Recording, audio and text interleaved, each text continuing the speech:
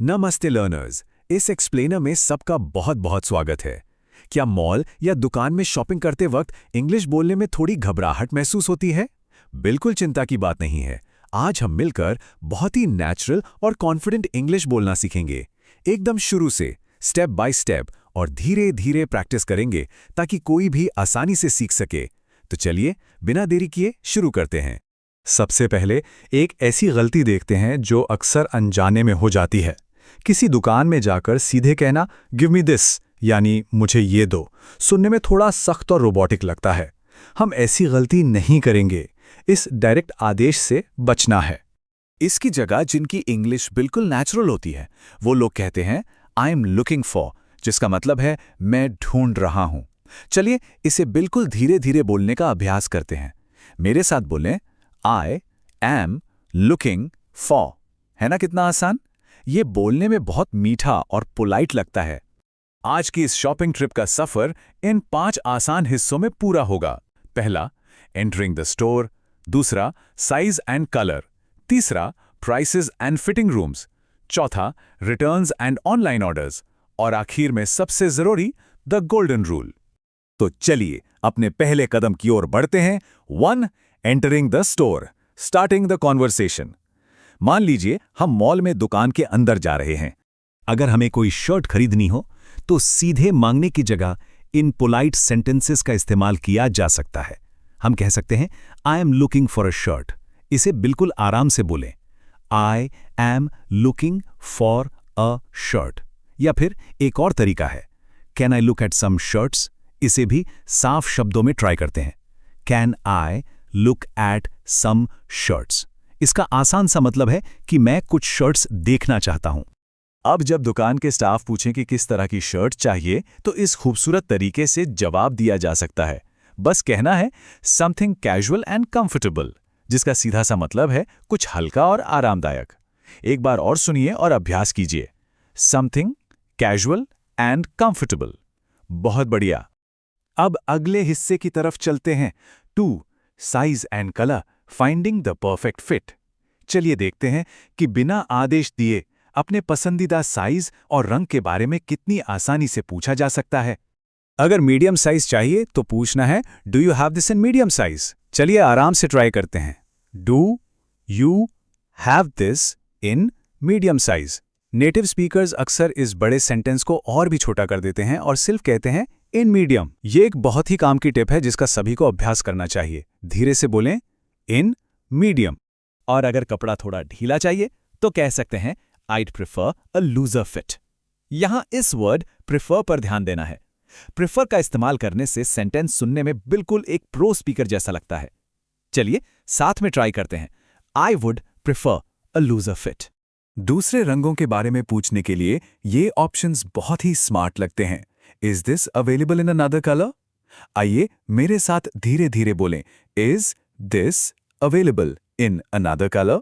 इसके जवाब में स्टाफ अक्सर कहता है It comes in black या navy, जिसका आसान सा मतलब है कि ये उन रंगों में भी मिल जाएगा।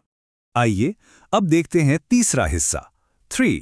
Prices and fitting rooms, navigating the details। यहां हम दाम पूछना और कपड़े पहनकर देखना सीखेंगे। दाम पूछने के लिए सबसे सरल वाक्य है How much does this cost? धीरे से बोलें, How much does this cost? और हाँ, बेस्ट प्राइस लगाओ जैसी डायरेक्ट मांग करने के बजाय आराम से पूछा जा सकता है Can you offer a better price? ऐसा बोलने से बात तुरंत ही बहुत स्मूथ और सम्मानजनक लगती है। प्रैक्टिस करते हैं, Can you offer a better price?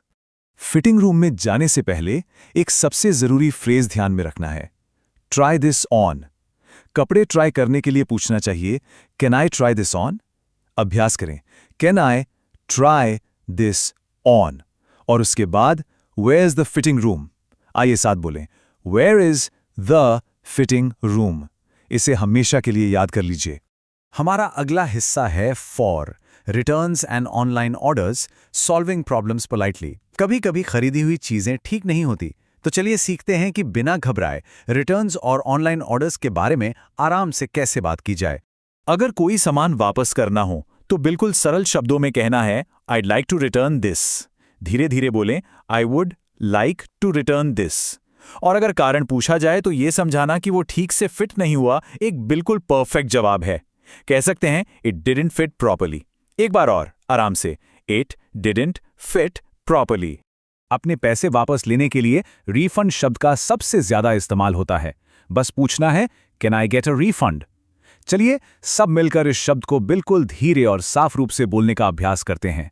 Can I get a refund? आजकल ऑनलाइन शॉपिंग तो सभी करते हैं। अगर ऑर्डर अभी तक नहीं पहुंचा है तो कस्टमर सपोर्ट से बात करने के लिए ये फ्रेजेस बहुत जरूरी हैं। बोलिए, my order hasn't arrived yet. धीरे से, my order hasn't arrived yet.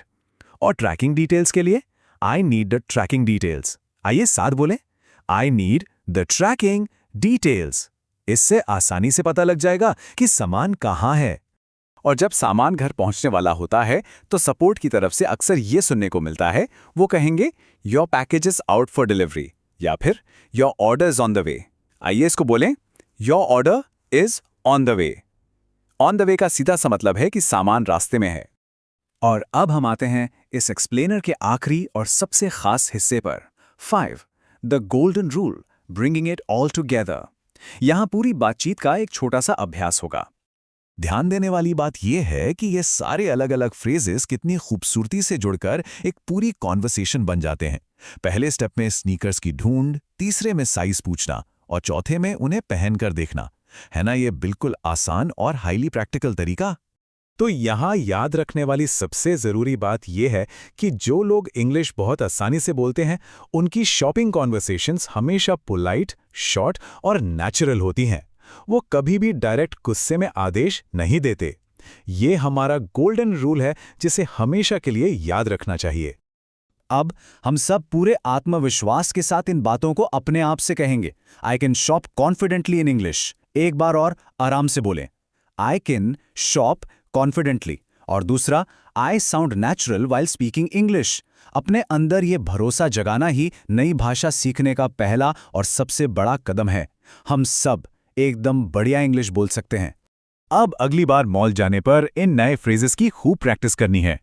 आखिर में एक दिलचस्प सवाल सोचते हैं, इस शॉपिंग ट्रिप के बाद ऐसी कौन सी दूसरी सिचुएशन है जहां परफेक्ट इंग्लिश बोलना सबसे ज्यादा काम आएगा? इस बारे में विचार करें और ऐसे ही नए वर्ड्स और फ्रेजेस लगातार सीखते रहें।